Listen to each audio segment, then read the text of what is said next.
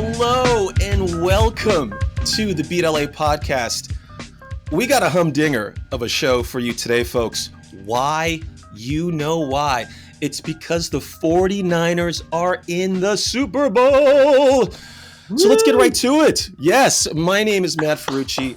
I'm a writer, director who occasionally lives in Los Angeles, and I am joined, as always, by a man who has no issue spending 20 times over market value for seats in the fourth deck, the Count of Montenegdom, Mr. Paul Rule. Paul, how are you? I'm great, Matt. What a day yesterday was. I'm going to tip my Niners beanie to you to say hello. Thank you. Great to see You you look under good. these circumstances. You look relatively sober, or no? Are you hungover? How are you feeling? I feel good, man. A win will do that for you. It was a great day. I went with Beat LA CFO Frank Laurencio. Part of the reason I overspent, I guess maybe we may need to be looking for a new CFO. Frank is, I don't know, I think he's cooking the books a little bit, but we had a great time. I'm not that hungover in part, and we can get into I have a lot of details from the game itself, a lot of anecdotes. One of them is they stopped serving beer in the third quarter. What did you say? Not the usual, let's wait till the start of the fourth quarter. But I guess they were concerned that people were getting too drunk and too rowdy. So I switched to water, and I'm better for it today. Well, speaking of the beer in the third quarter, I have a segment today called Third Quarter Texts, where I'm going to read our text exchange from the third quarter, and that will be in it. So, that's right. Yeah. I did tell you I was ranting. I was hoping if I said it, it would become a neg and they would reopen the bar, but they didn't. It was fine. It actually, like I said, it all worked out okay. Anyway, so that's one of my anecdotes. But yes, it was a great day. It was, what can you say? We'll talk about it. But last week's game was a war of attrition against the Packers. Yesterday was a war of aggression. What they did in the second half was just unbelievable. 27 points in however many minutes, and the biggest second half comeback, I think, in the history of the NFC Championship Game. And it was great to be there. And you were missed. I know you've been a little under the weather, so you decided to take the week off.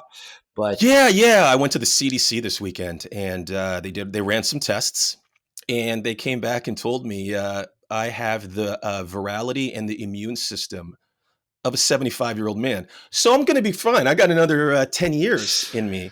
Hey, Paul, question for you. And I love it when you put words together there like Oscar Wilde. It's lovely when you put your adjectives together. I don't know if you did this today.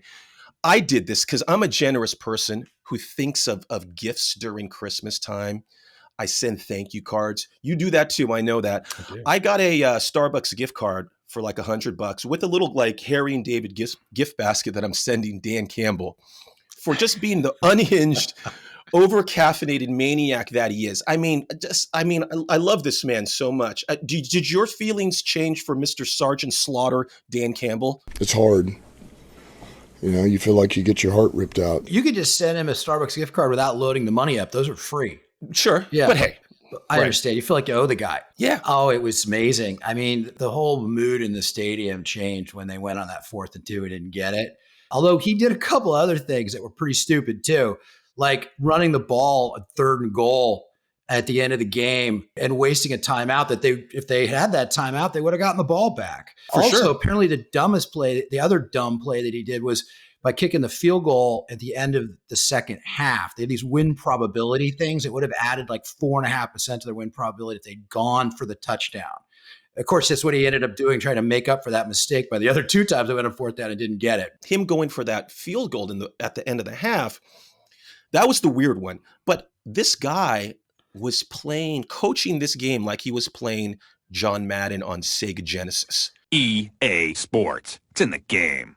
And that's what was so much fun. It was fun. But I'll tell you, he was doing what, we get into the propeller heads and the analytics here a lot with baseball. That's what he was doing in football. They have probability stuff on all this. And, sure, the computer says maybe 9 times out of 10 it's a good idea, but the one time that it's not, it happens in the biggest game of your life. So, they, what's his name? Kittle, who said, he goes, these analytic guys, they don't believe in momentum. He's like, that's a crock of shit. I have a question for you guys. Why does analytics people say that momentum isn't a real thing? Like what that is, I had a conversation with Pat McAfee. He was like, "Yeah, all these people are telling us that momentum's not real," and that's just the biggest load of horse crap I've ever heard of in my entire life. And it clearly also, sometimes it's about momentum and feel in a game, and you got to look away from the computer to see what's going on the field. I saw another great thing Ryan Clark was saying today on, I don't know, Get Up or something, but like, well, no, I think it was Peter Schrager. This Dan Campbell thing of going for it on fourth down. He was doing that when he took over this team when they were 2-14. And so he was trying to build a culture for this team by going for it and, getting this winning mentality. But now they're good. Right. And going for it on fourth down shouldn't be a program mandate.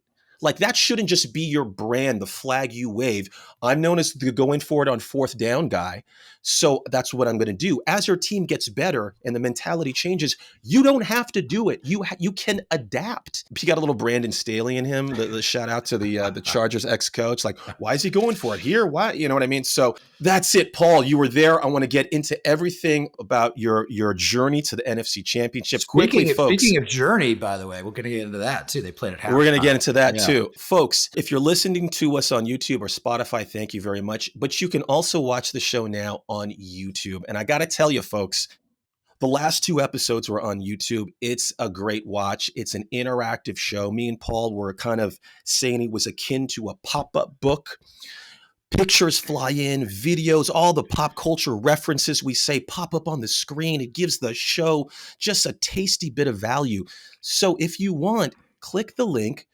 Find us on YouTube. It's a great place to see the show. Also follow us on all our platforms, Instagram, YouTube Shorts, and TikTok.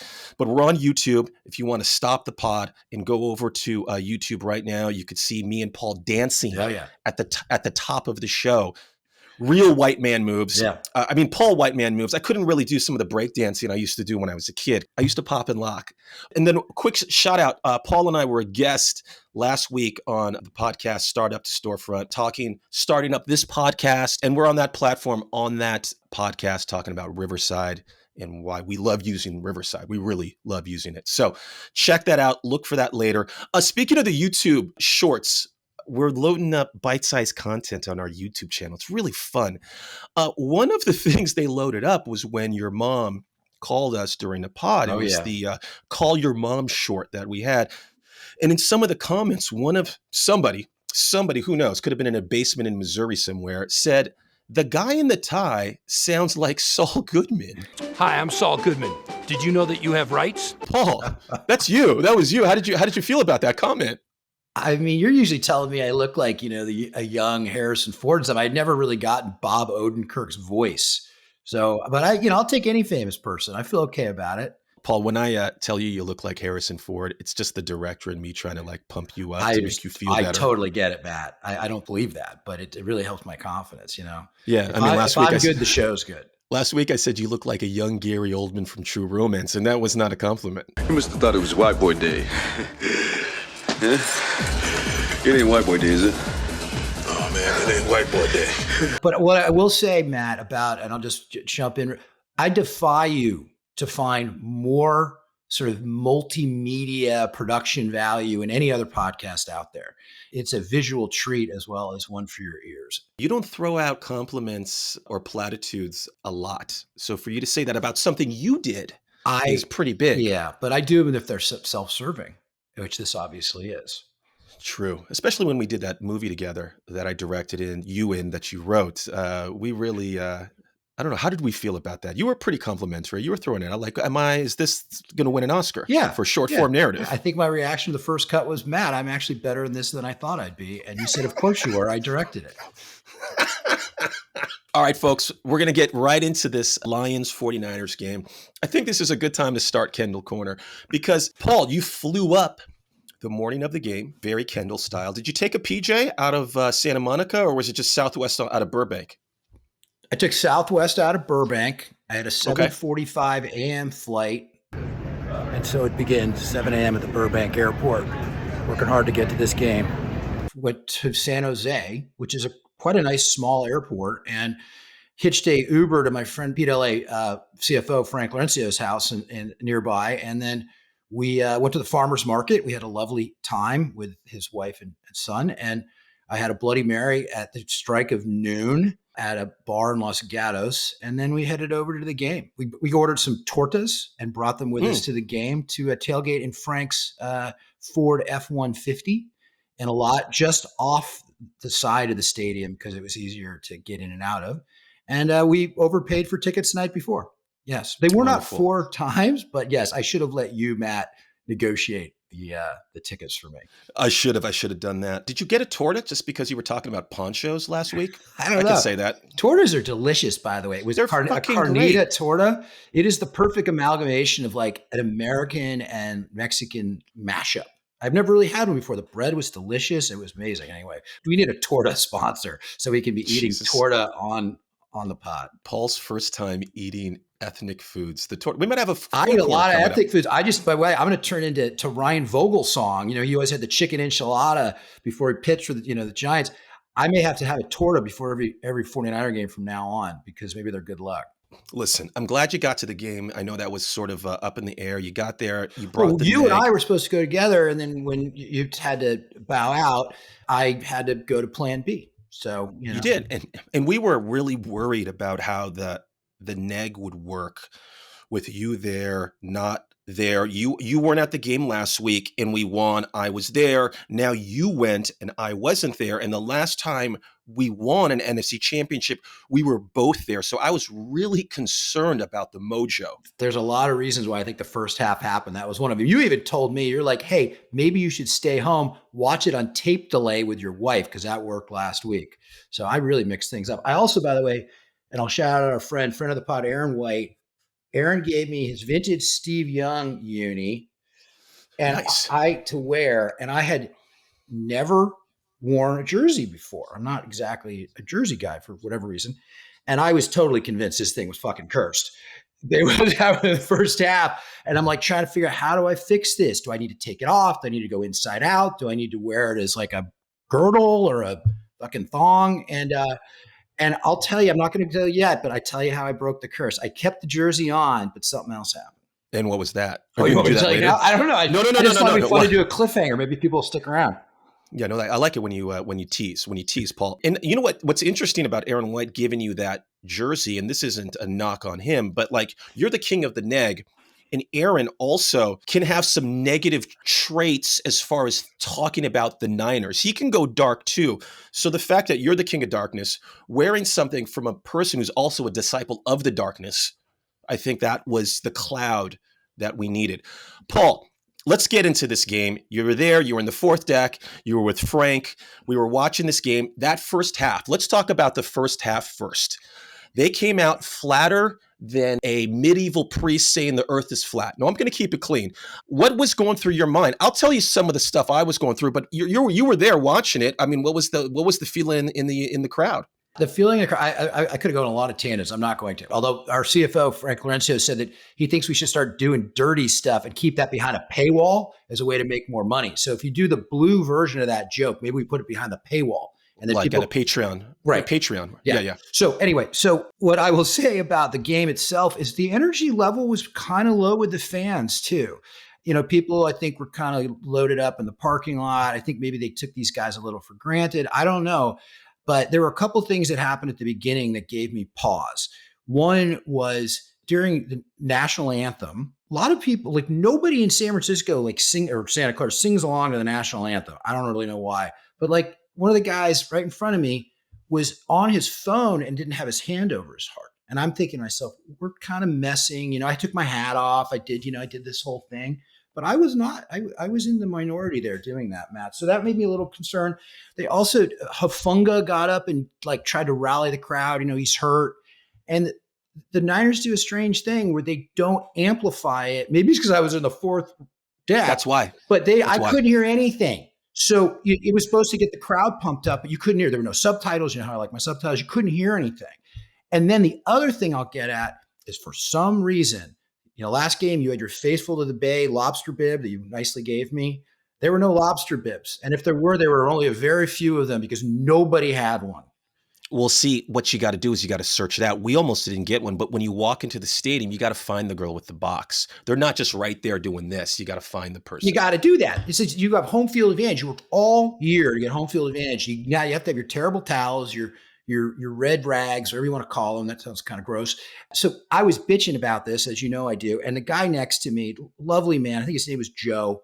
Joe finally turned to me at halftime and he's like, "Hey, I got two. You want one?" And he gave me, I need to go get it. Can we pause for a second? I want to go get it. Sure. Okay, hold on. Get it. Probably didn't need to leave the room for this exactly, since you have the exact same, You mean this one? You mean this one? Red rag from last week. Do it for the Bay, which I know you fucking hate. Yeah. But this baby has magic in it, Matt. And I don't use that term lightly. Right. You know, Because why?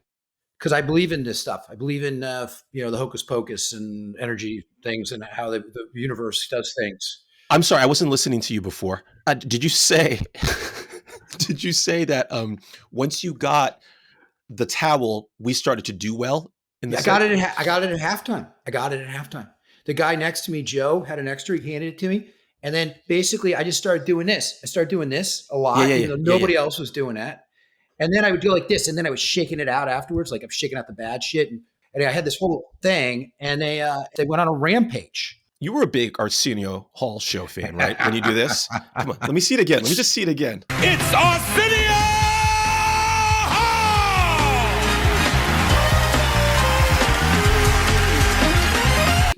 Right? Yeah. Our fucking Arsenio Hall.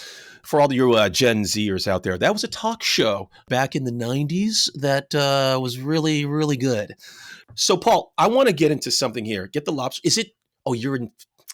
The maid isn't there, so it's Mondays. I'm in San Francisco, Matt. The background looks a little different for those playing along here. I'm here by myself, man. I actually had to make my own lunch today. Fuck. That's incredible. What I want to do now is I want to give you, I just want to get through the first half a little bit for our fans so we can get to the fucking good stuff. But I wanted to give you, and just chime in and throw your 2 cents at me. I want to give you my in-game, this is what I call it, my in-game death spiral pod notes that I was doing on my notes app in real time. So this is when shit was hitting the fan, folks. Sure. Second quarter, we go down a couple of scores. The first thing I said was, we haven't played a good game in 6 weeks. Our last good game was against the Arizona Cardinals on December 17th.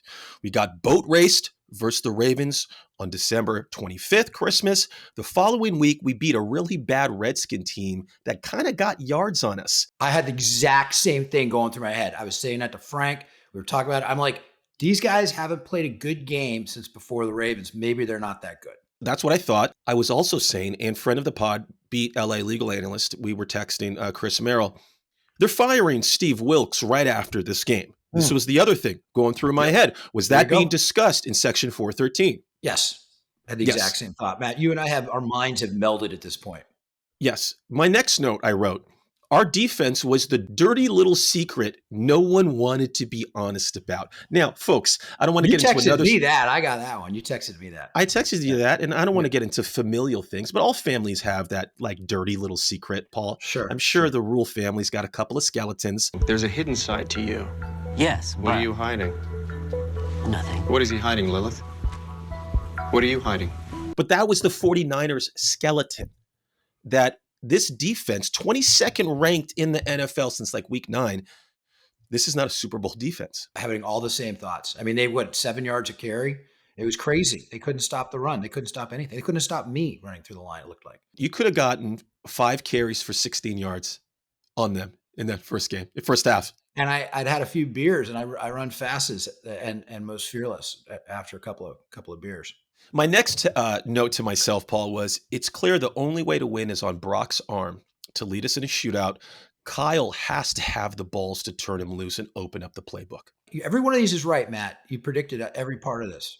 And then this is the next. This is where I'm just going to finish up here, folks. I said the problem isn't the players; it's Steve Wilkes and then Shanahan. It's the coaches. We're getting out schemed like motherfuckers here, out schemed. And then I said, are we the Buffalo Bills light? Because at least they got to 4 Super Bowls and lost. We're getting to conference championships and losing. Maybe we're also the Houston Rockets of the late teens against the Warriors, and we just can't get over the hump. And you accused me of going neg. All of those things. I mean, it was good analysis, but none of those is a positive spin on any part of this situation. Okay, and final button on this, and I texted this to you, Shawshank Redemption. I said, maybe we can come back in the second half, but hope is a dangerous thing. Hope is a dangerous thing. Okay, Nicholas just queued up Shawshank. It's beautiful. Yeah, you were right. But we did hope. You have to have hope, Matt. If you have hope, you have nothing. Well, I said at the end, Dan Campbell should have gone for the touchdown there.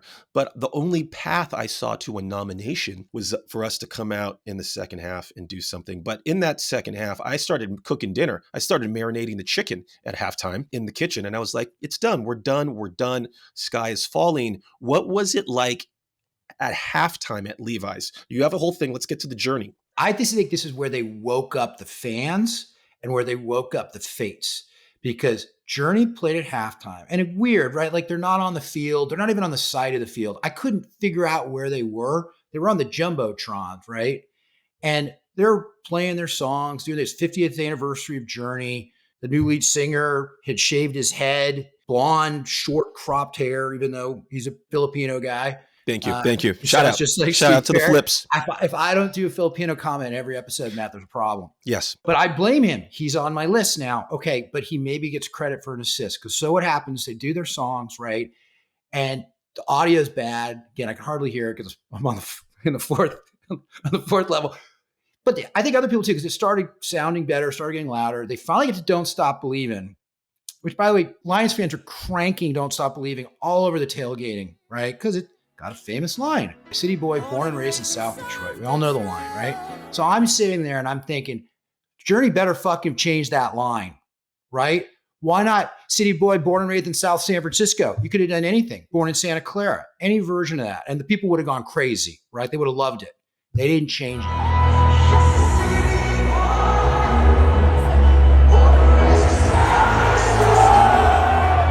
And the Lions fans all start going crazy, doing like a victory dance. And I think that Journey got them pumped because they fucking dissed our San Francisco Bay Area in favor of Detroit. I love it when you go on a tangent, Paul. I think that... This is the same band that does Lights. They are a San Francisco band. Well, that's the thing. It was crazy. I mean, people on Twitter were going bananas, the one people that didn't know the history. But hey, plot twist, Journey is from San Francisco and they're San Francisco 49er fans. Paul, in hindsight, I'm glad they didn't change that lyric because you combine them singing that song with CJ Gardner-Johnson of the Lions waving to the fans goodbye. And you like to say this a lot, Paul, that formed a combustible brew. Apparently, Bosa, he said this in the press conference, was lying on his back in the locker room with a heat pad, just screaming epithets at people. I was on the ground with a heat pack on my back, just screaming random things. Clearly it worked. As Kyle said, they were pissed. He used the word pissed like 3 different times. They were pissed. So I think Journey made him pissed. A lot of things made him pissed, and that worked. So that's what happened at halftime. I got my red rag, and things started to change almost immediately. We also were ripping on Moody. Moody missed a field goal. We all know that's talk about another skeleton in the closet of this team is that they are a team that's ready to win, and they decided to have a rookie kicker. And, Robbie Gould never missed a field goal in the playoffs ever. Well, also like the Detroit local news channels were doing stories on Jake Moody because him and his whole family are diehard Lions fans. Of course. So I was like, guy. He's a deep plant. He was a deep plant, deep swamp, conspiracy, Roger Stone type of plant. Yeah. I heard he was partying with Asa Hutchinson the night before. Yeah, exactly. Actually, I don't know if that's true. So the second half starts, Paul. We start to build some momentum. When did you start to believe? I started to believe after they stopped him on 4th and 2 on the 28, and the Lions decided not to kick a field goal there. I mean, by the way, it's a 45-yard field goal. I don't know how good the Lions field goal kicker is. There was a guy near me wearing a Lions Matt Prater jersey. How many guys do you know are wearing kicker jerseys? I know. That's kind of baller. I like it.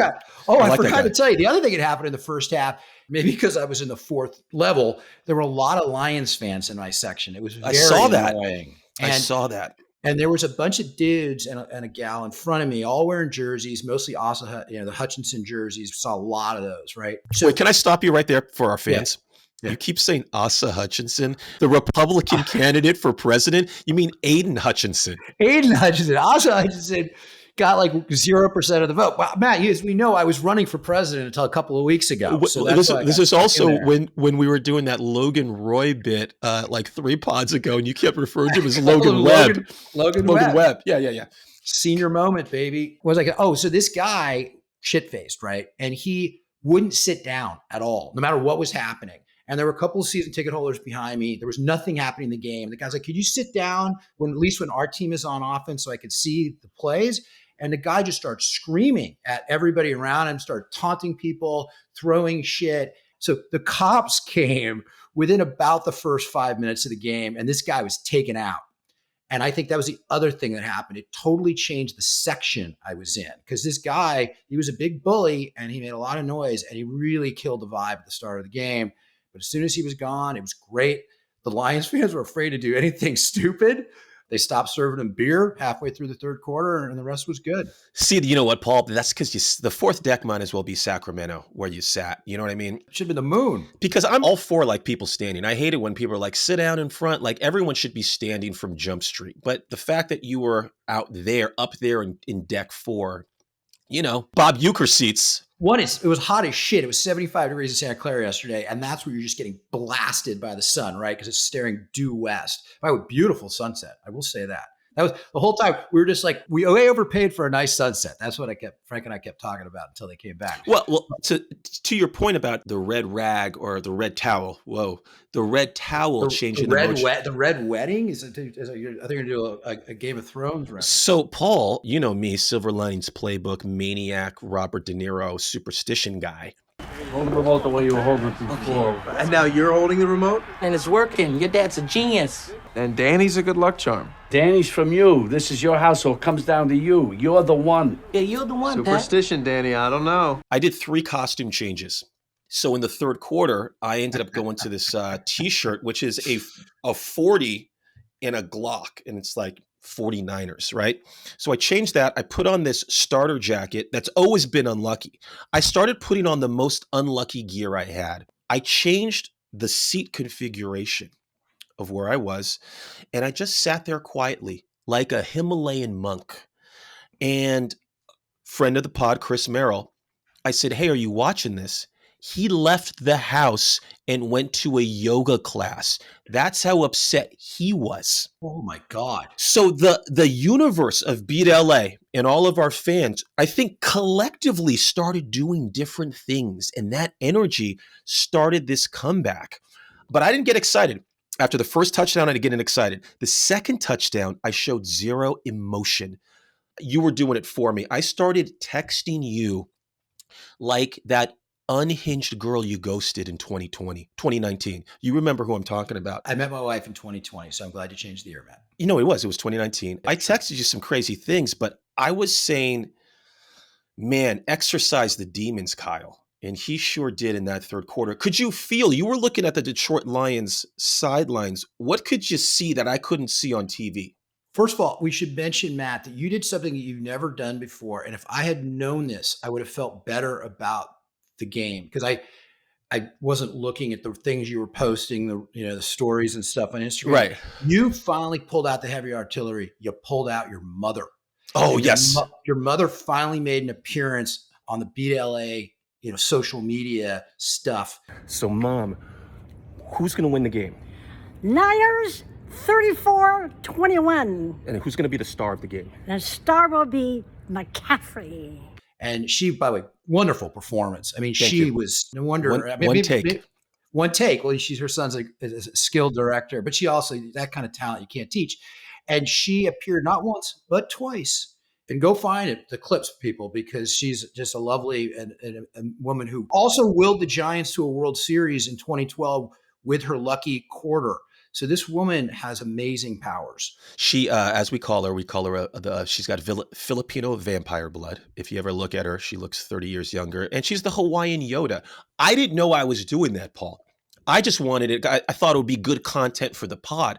But you were on another level, because you were like, no, you don't know what you're actually doing. So that helped. That must have helped big time. And when I saw it afterwards, and I was like, that's why we won. But truly, as someone who was there, what could you see the line start slumping? Did you see it? So that body language doctor that you are. What could you see with the Lions? Yeah, but the fans, the Niner fans, me included, just got way more into it. I mean, I don't know if you could tell on television, but everybody was sitting on their hands. There wasn't a lot to cheer about, but when the fans started to get into it, you could see them starting to grip. And you could see it on the sidelines. I mean, Bosa even said when they went 4th and 2 and they stopped them, he was like, that was it. That's our opening. And it happened very quickly, Matt. So like there was almost no time to even process what was happening. And then the Purdy runs, the 2 Purdy runs of 20 yards, and when he got away from the sack and found Kyle Juszczyk on the sideline, those 3 things brought the house down. 3rd down, 4-man rush. Purdy in some trouble. Escapes, looking for the first down. He's got it and more. Brock Purdy with the legs inside the 30. Because it was like Purdy suddenly was taken over, and he was shedding this game manager thing that everybody criticized him for. He looked like Joe Montana and Steve Young had a baby. I love it. I love it when you cross pollinate people's to new forms of children. That's our Hollywood thing, right? It's this meets this, right? You got to say it's Game of Thrones meets the Replacements or something. Paul, I'm just getting so pumped up with you talking about it. Like, I'm getting fired up in this seat right now. If you're watching on YouTube, you can see it. If you're not, go to YouTube. Paul, when you say the fans were gripped, was it like, when the birds start chirping at 5:00 and you turn to your friends and you're like, should we call the guy for one more bag? Do you mind if I do a line? Yeah, go ahead. Fuck it, let's all do one.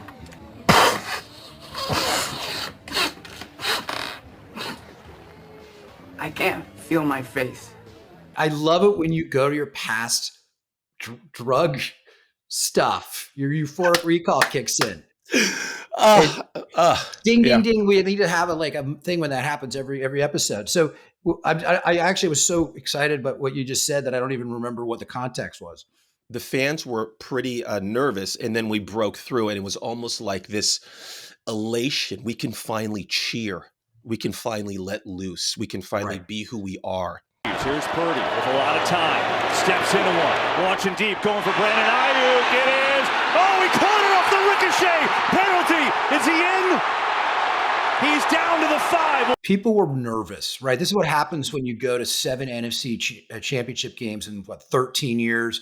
You're getting used to, losing, like you said, in the big games, like the Bills or the Vikings, And people were nervous. So there's like this collective exhale that happened.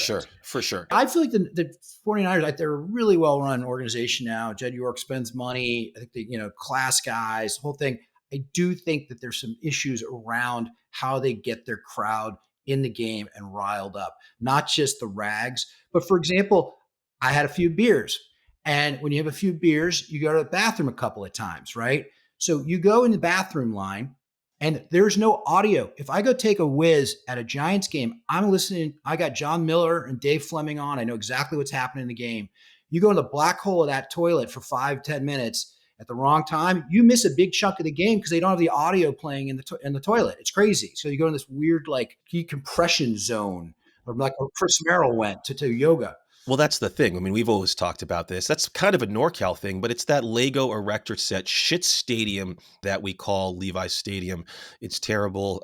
I talk about it with Chase, with our fans, but we're not going to go neg there. But I completely understand your point, Paul. Also, a man of your tastes, you're accustomed to either being in the owner's box or sitting courtside. And so the lifestyle that, you're used to. Millionaire Row at, the Kentucky Derby. You sitting in section 413 was like you going to Laos and trying to figure out what do I do? Me so horny. I was on the 40-yard line. Those were tasty. Just quickly, I want to tell the folks, mid-third quarter, comeback is starting, texts that I was sending Paul. And I couldn't stop texting him because if I did, the momentum would die. So I kept texting Paul, and this is where it went. I started texting Paul, fuck you, Paul, fuck you. I'm going to start negging your life choices. Don't take it personal. If CMC ran for mayor, I think he'd beat London Breed. Paul finally gets back to me after 15, 20 texts. And Paul just gets back to me. They stopped serving beer end of the third. Bad karma, bad karma. All you can think about is the booze. I followed this with, Paul, give me 10K right now. If you promise to give me 10,000, we're going to win. I texted him that like 5 times. He finally gets back to me and says, Matt, I'll give you the 10K. I said, you and Frank better be shirtless. And then I texted you, bareback, death ride, peg fuck. And I think we took the lead after I sent you that one. Yeah. Yeah. So you should know that because I was shooting a lot of content, because I'd flown up from Burbank in the morning, my phone was my phone was starting to get dangerously low on a battery. So at some point during this, I put it in airplane mode. And then I decided that I needed to take it off airplane mode to see what was happening. And I got like 15 texts from you. And all I read was the last one, which was the bareback, death ride, peg fuck. Fuck. Yeah. And I'm like, ooh, somebody's feeling it. All right. So listen, the Niners make the unbelievable comeback. First time tonight. Guess what? He's going to get it. Mitchell surging forward. Touchdown. When did you say we got this? Was it like the final gun? I mean, even on that final drive, I mean, with 3 minutes left, up 10, I thought this was pretty much in the bag, sans some sort of onside kick recovery. Obviously, Campbell shot himself in the foot by using that timeout on 3rd down. But it felt like the crowd, the place was shaking. Did you feel like we got this? It was, but I tell you, I was, and maybe other 49ers fans have the same PTSD memory. I was at the Super Bowl in 2020, the 2019 season, when they were up by 10 points and had the ball with 8 minutes left, and they lost by 11. So shit can change quickly, and they can change. We saw it change quickly for our team in the 3rd quarter. So I was kind of gripping at this point. Again, all I had was a bottle of water to soothe me. So that was the other thing. But I was doing a lot of the math in my head, trying to figure out what was actually like how much time they would needed to get 10 points, if they had to get an onside kick or not, that kind of stuff. And I in general was feeling okay, but I never took it for granted. No, and I'm glad you did that. And you've always been a pragmatic person, probably overly pragmatic to a place of where it's like the control issues. We were talking about this earlier, your control issues. I just kept waiting. Again, not only did I wear a jersey for the first time, and I didn't know if that had good or bad karma, I also was wearing a shacket. I was wearing a shacket over the jersey. Is that Shaquille O'Neal's label? No. So a shacket it's not quite a shirt. It's not quite a jacket. They were kind of big in the 90s. They're back, by the way, Matt. They're back. A shacket, Paul. Which is good because we're going to talk about Brock Purdy's pregame wardrobe here in a minute. And I'm like, maybe it's the shacket's fault. I did too many new things, right? And I left my beanie because it was hot. Maybe I need to go to the car and get my beanie. By the way, I need to give a shout out. This beanie was given to me by my father-in-law, Brian Ofria, big fan of the pod. And it's a vintage 80s one, even though he's a New England guy. He's also a bit of a Niners fan. So thanks, Brian. This thing's got a lot of good karma. And anyway, so I was gripping because I personally, if I had known you put on that weird 40 and Glock shirt that you had on, that also might have helped me feel better. Oh, it was straight. That was straight Hunter's Point, what I was wearing. Yeah, that reminded me more of when they played at the Stick. Yeah. You know, I'm sure your wife is really happy that I'm bringing up your control issues on this pod. I just want her to know, we all know.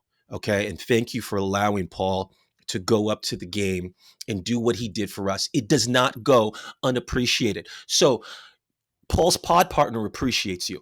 This is my post-game observations quickly. I never thought someone would make me miss Terry Bradshaw hosting a post-game trophy presentation until I saw Michael Strahan go WWE and try to host that trophy presentation. What the heck was that? I have no idea, Matt. I was at the game.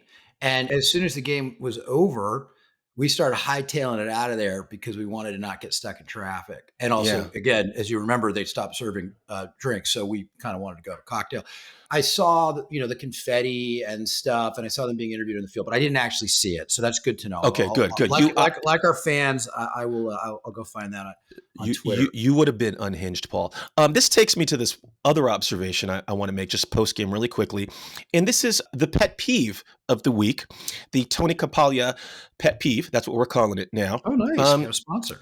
But before we do that, this pet peeve is brought to you by Pet Pro Supply Co. I know our fan base has caviar tastes and caviar dreams. cat furniture to designer cat litter boxes, beautiful dog-proof furniture that prevents your furniture from being clawed and destroyed. Pet Pro Supply Co. has it all. Use code BEATLA for 10% off. Paul, this is my pet peeve of the week. I hate this, not only in these championship games, but after a team wins a title in any sport. I hate that all of a sudden the league, NFL, Major League, NBA marketing teams run out onto the field and start handing players these god-awful, ugly championship title hats and t-shirts. And then these players are forced to do all these interviews wearing an oversized triple XL t-shirt you would sleep in and a hat that you're just going to fucking throw away. Stop giving out gear after these guys win something. It also includes my favorite thing that they do is they have to make the gear for both teams because they don't know which team's going to win. And the other gear they have to get rid of. And often apparently they'll send it to like poor villages in like the third world. Right. And so you'll go to somewhere and you'll be like, oh shit, I didn't realize the Lions won the NFC Championship in 2024. That's weird. So that at least there's that, man. I wish I look on the bright side of things. I know you think I'm Captain Nick, but I'm really not. I think the glass is often half full. Well, Paul, this is a good segue. Speaking of gear, let's talk about Brock Purdy's outfit. That video we did where we talked about Brock Purdy's outfit. Drip? Yeah, it's called Drip. Rebecca, I had no idea. Our social media, head of social media, Rebecca, I just want you to know, Paul texted me and said, what's Drip? And I had to explain to him, that's what they call the gear. That's athletes, kids, when you're going in. Like, I think my Drip today looks real fly. My Drip. Anyway, Brock Purdy's Drip video we did last week, got like 2,000 views. We talked about his outfit. Some of our listeners and some of our viewers were very confused about two men talking about another man's outfit, but we're going to do it again. Paul. Of course we are. First of all, we are what they used to call Metro. I think we are post-toxic masculinity men, Matt. And we're okay about talking about this kind of stuff. So we're PTMMs. Paul, Brock saw our video. Brock Vick ran for 52 yards in the second half. He did so because he saw our video. He came correct. Nick, put up the outfit.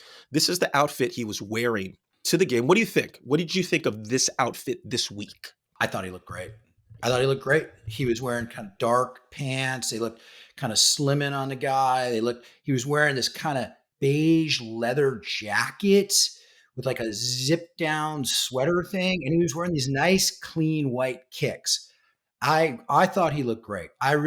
Somebody got their hands on him. He still looked like Brock Purdy. He didn't look like the other guy looked like game manager Brock Purdy. This looked like game winner Brock Purdy. Yes, he did. He looked like the gunslinger.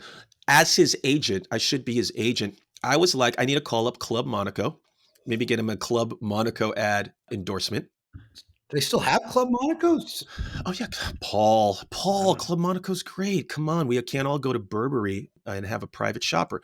It looked a little Kendall Roy Hampton's collection. Yeah, sure. Yeah, but he looked great. Brock got the Us Weekly treatment last week. He actually got his second article in Us Weekly. They went through sort of a Brock Purdy's family guide of his parents and his siblings. It was pretty straightforward. Nothing new came out of that article.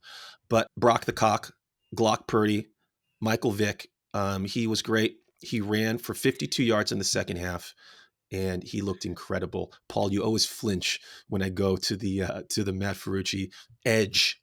Yeah, behind the paywall. That stuff's behind the paywall. Last question about the game. When you saw him running for his life like a white Walter Payton, what were you saying? I mean, it was beautiful. 3 big runs.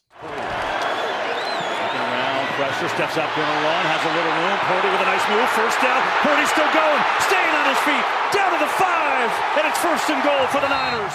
Dude, and he didn't slide either, which of course when that works, you're like, that's fucking ballsy. And if he gets a concussion or something else, then you're like, what the fuck is he doing? It was amazing. The guy's an athlete. Come on. By the way, everybody was going nuts in the first half because he kind of had the same first half as he had against the Packers. He was not accurate. He was making some bad reads. He had interception. He should have had a second interception. They dropped one. No, the runs, I told you, the runs that made the building shake more than anything else that happened during the game. With those and Kyle Shanahan said as much in the post game. He said that was the game changer. That was the difference in the game. Folks, we are going to take a quick break, and we will be right back with a little early Chiefs-Niners analysis. Okay, we're back, and we just wanted to quickly talk a little bit. Kansas City, San Francisco, early matchup analysis. The big talk of this matchup, first off, coming out of this is Taylor Swift going to be able to get to the Super Bowl, Paul? I don't know if you know this. Before the Super Bowl, those 4 days, she's going to Tokyo to do a concert. Her final concert's on the 10th. The Super Bowl's on the 11th. They have crunched the numbers, and Taylor's going to be able to make a flight to the game. I want her there because I want maximum heartbreak when they lose.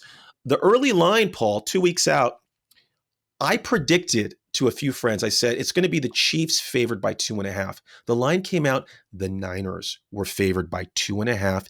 It immediately went down to 1. So much money came in on the Chiefs. What do you think? I mean, my early thing is the Chiefs are going to win, and there's a lot of comfort in this. I'm going into this game thinking, I'm just happy to be there after these first 2 games.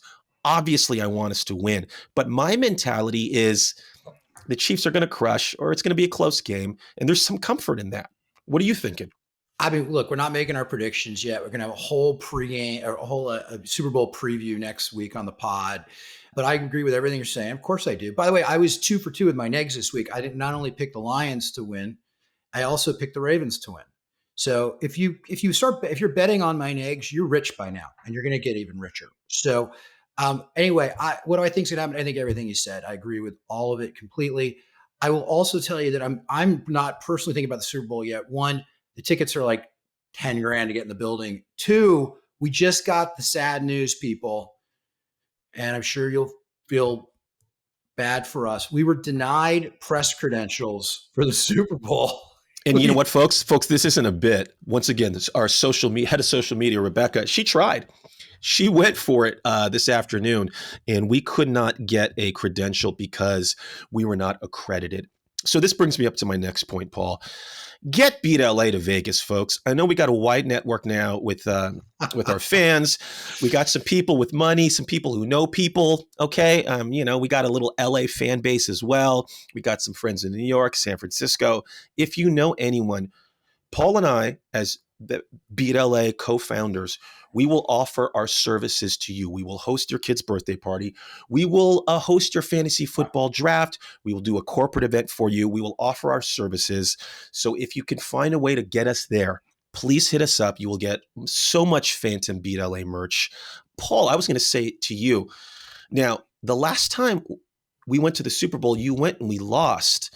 Maybe, and I'm not trying to start anything, but maybe I need to go and you need to stay home. Sure. That $10,000 that I apparently texted you that I owe you, because if they brought home the Niners win, you could use that on a ticket if I actually were going to give you that $10,000. Hey, and listen, shout out to Startup to Storefront, Diego, maybe our sort of producer behind the scenes. He predicted the Super Bowl, but do you think Diego could somehow get us there, Paul? I'm putting it out there right now. Look, man, anybody who can get us there, we'll take it. We're not proud. And when you said that we were going to offer up our services, I definitely had a little bit of a, like male escort kind of feeling was happening. Are we cueing the American Gigolo clip? Doesn't it ever bother you, Julian? What? What you do? Giving pleasure to women. I'm supposed to feel guilty about that. But yeah, we'll have a lot more on this next week. I'm not going to get into my predictions. I did see that T Swift, Tay is going to be there. I think Tokyo's 13 hours ahead or something like that. So she can do the concert and get there in time. And she's going to go on a private jet probably. She's been getting a lot of shit for her carbon footprint, flying around in these private jets and buying carbon offsets. So she's going to have to buy a pretty hefty carbon offset to get there from Tokyo. I love it, Paul. When you go climate change, Paul is a great guy. Hey, I was running for president. We talked about it. I had to get all this stuff in the noggin. Yeah.